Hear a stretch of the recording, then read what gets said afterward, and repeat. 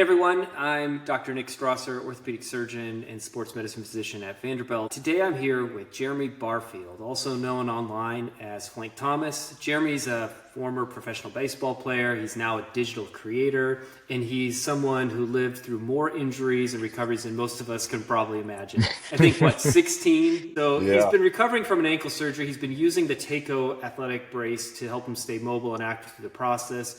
And I really wanted to sit down and have a conversation with him about his experience and how this maybe was different and some of his kind of thoughts and processes through this whole perspective. So Jeremy, or should I say Flank, thanks for being here. Before we dive in, do you prefer Jeremy or Flank for this conversation? If it's serious business, I say this as a dude who's pushing 40 with stickers on my face. Let's go with Jeremy.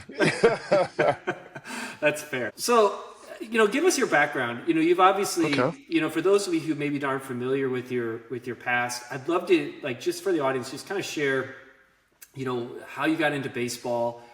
Maybe you have some family history that to go on. I'm pretty sure I maybe had your dad's baseball card when I was going back through it. It looked very familiar. I couldn't find my baseball card, but I'm pretty sure I had it. So tell Nice, us a little bit nice. about your past and how you got into sports. So you kind of mentioned it. Baseball's been a family business. It actually goes back even before my dad. I had a great uncle that played in the Negro Leagues with Oh Satchel wow. Paige. So it's really cool, man. And I'm very grateful for the sport because it's provided opportunities for my family to get out of poverty, to provide and to do something that we enjoy, we love, and really just be a part of the national pastime. So with my old man, he played in the big leagues for 12 years, Wow. Blue Jays, Yankees, and he coached as well. I got to spend most of my time around him in his coaching career later on, which was nice. He got to, be around, the Seattle Mariners in the late 90s, so a lot of a lot of just legends on that squad. Yep. And then I have an older brother. He played in the big leagues with San Diego and Cleveland in the mid 2000s. And then he is has transitioned to the front office of baseball. So he was with the Diamondbacks for a little bit, and now he's the assistant general manager year two with the White Sox. Wow. And you know what? Year one, we're not going to talk about that, but year Yeah. two is a lot better, Yep. a lot better. So I've had a lot of experience. Like old man had some injuries, I had some injuries. It just comes with it, man. Like I don't really get too emotionally attached to it. And then with me, I was just following along in those footsteps. I was blessed with size, being 6'5". When I graduated high school, I was 6'5", 240. So actually bigger than I am now. But to be able to have the tools and the education at the highest level to utilize that to the best of my ability to make a living for Yeah. 10 years. And I'm really grateful for that. And, talked about a little bit of history, like with the medical history. I had my first knee surgery when I was 13 years old. Oh my And gosh. so, yeah, I got started pretty early. Yeah. I got scars everywhere, hand, wrist, knees, ankles, shoulder. Honestly, it just comes with the territory. And I just, it kind of made me stronger, not necessarily physically all the time, but mostly up here. What was your mindset around that? I mean, that's being 13 and going through surgery is a big deal, and in some respects it almost just becomes part of your, I don't know, an expectation. I know some of the athletes I take care of, they're just like, yeah, this is what we do.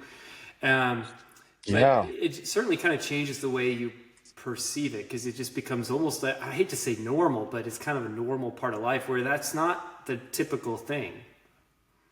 Yeah. I think you nailed it. It's just kind of what we do. And having the experience of seeing my old man, he grew up like, well, his career, he played the majority of it on AstroTurf. Yeah. So, having, I got to witness that. He's had both knees replaced twice, so partials, then fulls. Oh my gosh. So I got to see that from a young age and just, the wear and tear, but just the way that it was taught to me is that we're like a race car. And then if a tire blows out, the tire, like the race car doesn't care about it. It just, you fix it and then it goes back out there. Yep. So that's kind of the mindset that I've always had. And like, I went, I had my first surgery at 13. I didn't have a year without a surgery until I was 19 years old Oh after my that. gosh. That's crazy. So I got thrown straight into the fire. And it's not like it was opting for surgery, but we're just saying like, Yeah. it's just the only way to get better. Yeah.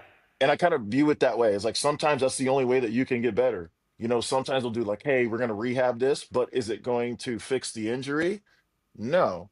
You could strengthen things around it, but it's not necessarily going to fix what ails you. And if you're thinking long term, you got to get it right. And so, again, I try to separate myself mentally from the injury. Yeah.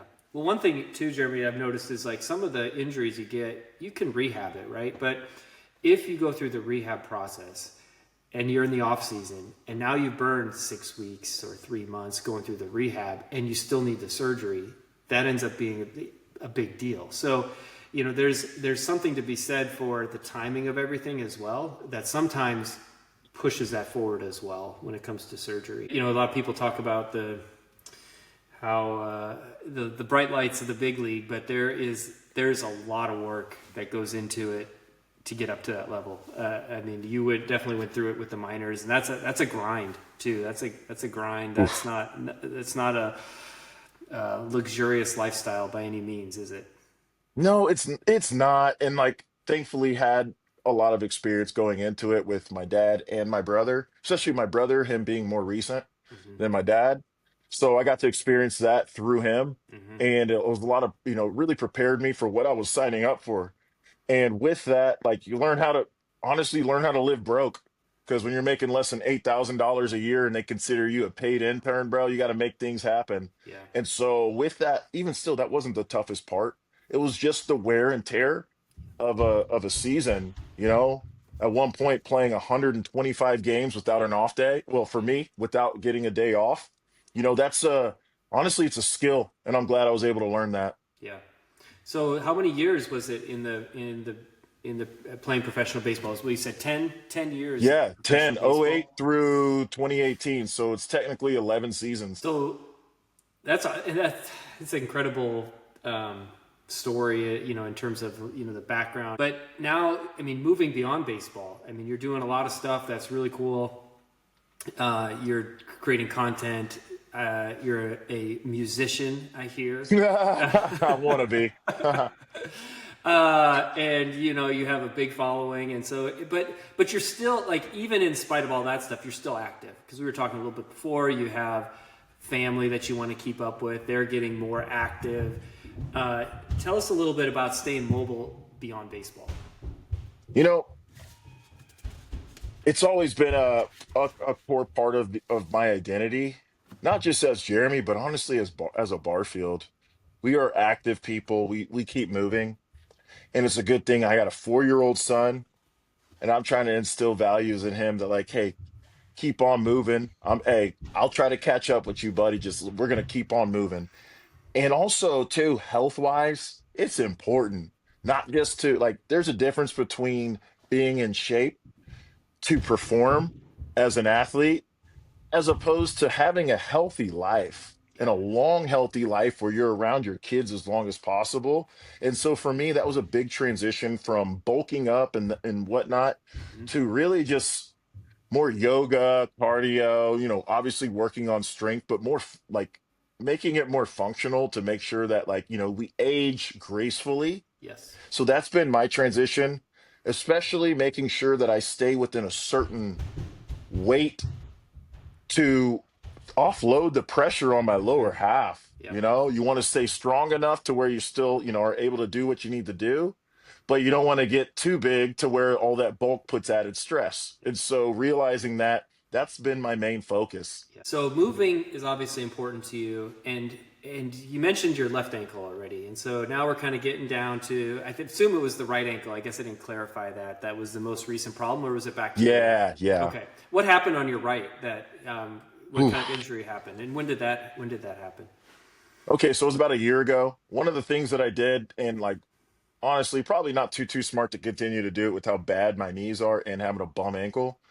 But I play a lot of basketball with a group of guys. Like we've been playing for like a decade, Oh and wow. I would do it in the off season, like after a workout. I would do it. I would do it at the gym. That's how I met them years ago, just because like it's one of the for me one of the most fun ways to move around and like stay healthy and stay active and burn. I Yeah. love to burn, love to sweat.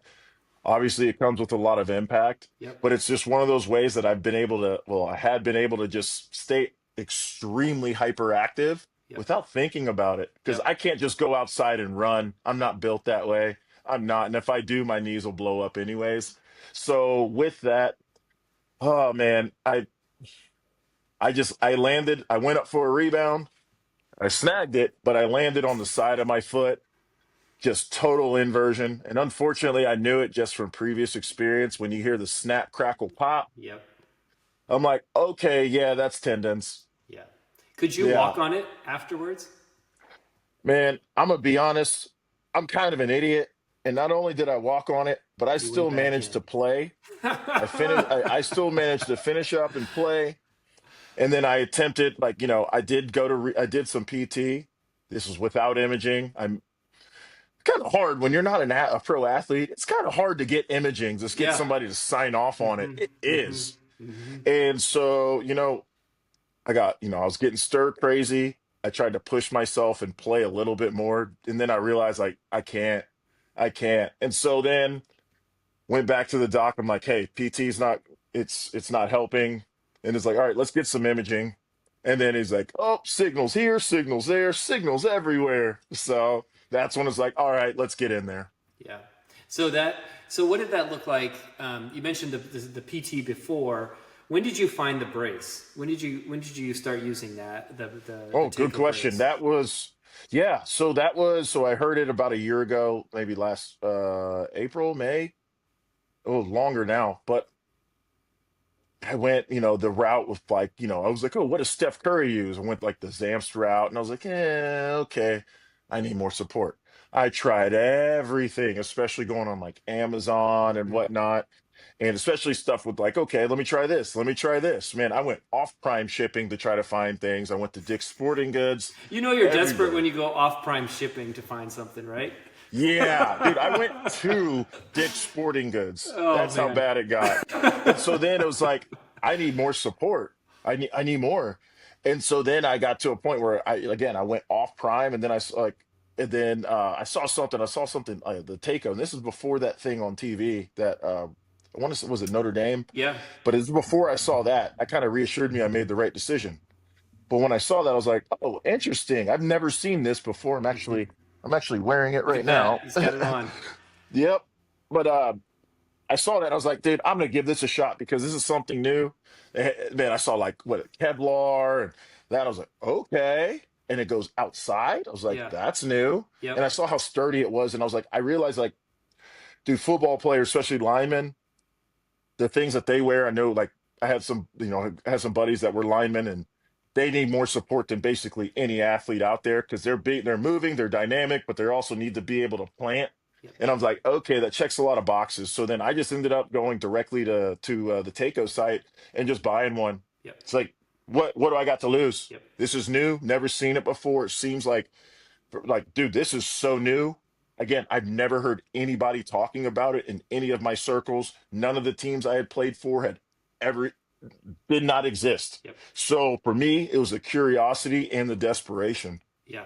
Yeah. I mean, it's you bring up a lot of good points that when you first see it, and I tell my patients this too when I tell them what I'm going to put them in, and Yeah. I tell them you're gonna look at this funny. You're gonna think it's gonna be crazy, but trust me, it works, Hmm. and it feels better than other because you're not wearing it in the shoe, and it doesn't have like the pressure around it. It still provides the support that you need and allows you to be mobile at the same time. So that's been kind of my experience from the other side of things as well.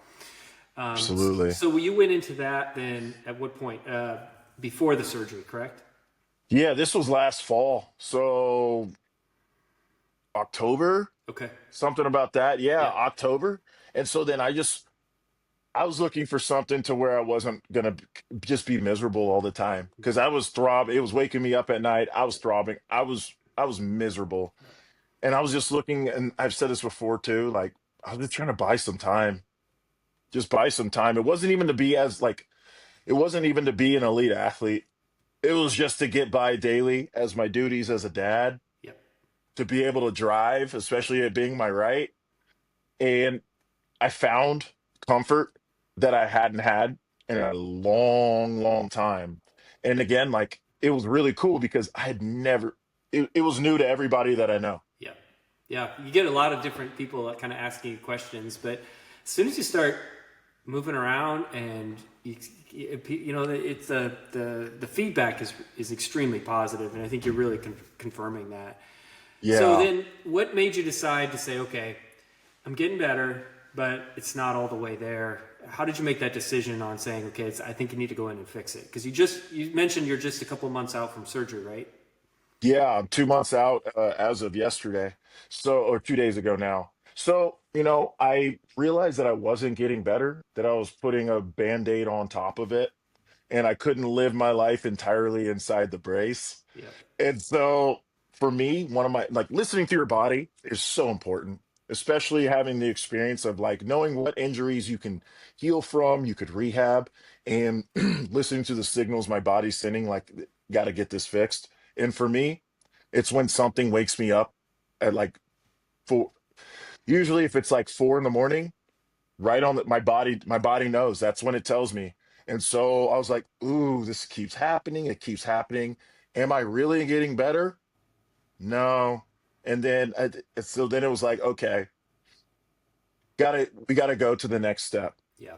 You know, it's one thing if the ankle's broken, for example. You broke the ankle, you got Right. to get it fixed. Like, there's no question. But when you get to where you're at, where you're like, hey, you can keep doing the rehab, what did they tell you? MRI that I had previously, it showed longitudinal split tearing of the perineal tendon. Hmm. And of course, I would only know that if if I had MRIs. Right. So I went into it with armed with that knowledge, Yep. and I'm so grateful because again, now it gave us a case, like something to study against, to refer to. And so with that, the doctor's like, all right, let's get in there finally and go see. And then he did, and it was just all lit up. They weren't sure if I had a Baxter's conjecture. Like my symptoms were just getting worse and worse, even with less physical activity, because I had to kind of slow it down. It was getting a lot worse. I was getting cramping like crazy in my calf. I actually had a little bit of compartment syndrome when I had the injury, actually. Oh, It wow. was that was scary. Like it was firm right up like on my calf on the up like above, where a high like it was about halfway up my leg on the outside, and I had to massage it because that's the last thing you want is to have to Yeah. go in for that because that's horrible. And so, again, the body. I kind of realized like, dude, my body kind of responded to trauma in a very serious way. And then with that MRI, it was so lit up he couldn't exactly tell what was going on Hmm. because it was that lit up. But he's like, we're gonna kind of have to get in there, but I don't know if I want to. And I'm like, Doc, it's okay. I'm not scared. He's like, oh, well, I could do a needle here and then just do some exploratory thing on top right now. I was like, it's okay, man. Like, you can do it. And then he's like, okay, well, and again, like, this is a guy who's also like a doctor for the Reds and like he Hmm. does some teams out here. So he knows what he's doing with his athletes. And I told him, like, just view me as an athlete because, like, I don't need, like, the time to be conservative is past. I understand that. And that's kind of like, I'm grateful for that perspective. And then he was like talking about, oh, well, maybe we just go in there with the scope. I'm a little hesitant to do the, what is the arthrotomy, the open Yeah. arthrotomy. Hmm. And I was like, well, thankfully, I've already had it in the other one. I've already been through it. So I'm not afraid of it. And like, if it's something that you genuinely believe could help with this operation, then by all means go do it. I wouldn't even say like look to avoid it. Say do it if you need to do it. Go ahead and do it. I'm not worried about the recovery. And so with that, it kind of freed him up because he was, I was like, oh man, does this guy want to rehab this and this? I was like, no, I just want to get better by any means Yeah. necessary. Just And fix it. so, yeah, just fix it. And so with that, he went in there and instead of having longitudinal split tearing, I have I have Accessory. like yeah, the Hmm. accessory. And so it's like, oh, okay. And it turned into a very large debridement. And he just gave me a lot of room to operate in there. I didn't have any. And it was creating a Yeah. lot of symptoms. Yeah. It's crazy how you dealt with that, you know, to have that, you know, we call it the peroneus quartus, Yeah, that extra muscle in there, and how much that when you injure it really bad, and how your point on perineal tendon surgery in general is sometimes it's not clear. You look at the MRI and you're like, It looks like there's a split because as you're looking at the MRI, you're watching those tendons come around a corner. And you would Yeah. think that we would have this figured out by now. But it's kind of like you hear people talk about the rotator cuff, and they go in, they're like, doc said it was much worse than they thought it was based off the MRI. I explain that the same way. Sometimes it doesn't look as bad as we think it's going to be, or sometimes it's that accessory muscle or something else or a low-lying muscle that's taking up all that space. It just needs room to Yeah. move, as in your That's situation. exactly it. That's exactly it. It was taking up all that space. And that's exactly how he explained it once he went in there. He's like, dude, he had no room to Yeah. work in there. That's probably a And best so case scenario for you. You know, nothing was it torn was. necessarily because he could just clean it Oh, up. And then, so did he put you, after surgery, did he put you in a splint or did he put you in a boot or back into the brace? What did that look like for you? okay. So for the first week, I was in like, I was in like the wrap. I Yeah. couldn't take it Yeah. off. And then he went in there. He went in there, cleaned it, after, yeah, about a week post-op, he went in there. And thankfully, I knew right away when I woke up that I was like, oh my gosh, I don't have any hardware in here. I could tell. You could It tell. was like, oh, I could tell. Because I remember I Wow. already had it on my left with Yeah. the syndesmotic, and they did screws. Because if it was, they were going to use the fasteners. But I woke up, as soon as I woke up, still had, the anesthesia, but I could tell. And I was like, yes. Because I mean, dude, that just cut months off of Yeah. my PT. You knew that you And could start moving sooner, get on it sooner, get back in the brace. Yeah. absolutely. And so then he took that maybe a week, 5 days a week after surgery, took off the wrap. And then it was like, okay, let's get you a walking boot. And my feet are huge. Like we're 14 feet. So like they had to kind of like, it was kind of deflating. He took off the wrap. And then they went to get a walking boot. They're like, oh man, we don't have one your size. We got to send you to this facility around the Yeah. corner. So he's like, all right, I'm sorry. He actually went to the trash and took out the thing that he had formed Oh. and put it back on. He's like, it's just temporary. It's just temporary. I was like, no. And then we went straight over to like a medical, like a place, and they got me one that fit. Dude, this thing is huge, huge, huge. It was the biggest walking boot I've ever seen. And man, I wore that thing for all of 5 days, and then I remember like day three of the walking boot, because like man, when you got to go to the bathroom in the middle of the night, that is Yeah. not fun having to It's strap awful. that sucker on. And so then I remember like I was like, all right, I'm gonna put on it was the RecoverX brace. And I was like, I'm gonna try this on with a pair of shoes and put it on, and I still have the stitches in. And I put it on, and then I tried to take a step, and I felt pulling, and I immediately backed out. I was like, nope, not ready yet. So then I waited a couple more days, and then I tried it again. The pulling was gone, Wow. I hadn't put on that brace since. Oh, not the brace, the The walking boot. boot Yeah. since. Yeah. Yeah, the walking boot. And then after about 4 or 5 days of wearing the Recover brace, I started, and then he took out the stitches, the sutures, Yeah. Yeah. and then it was like worked on range of motion. And it's like, okay, well, I can free up that one or get back up to the athletic brace, which is my favorite. Yep.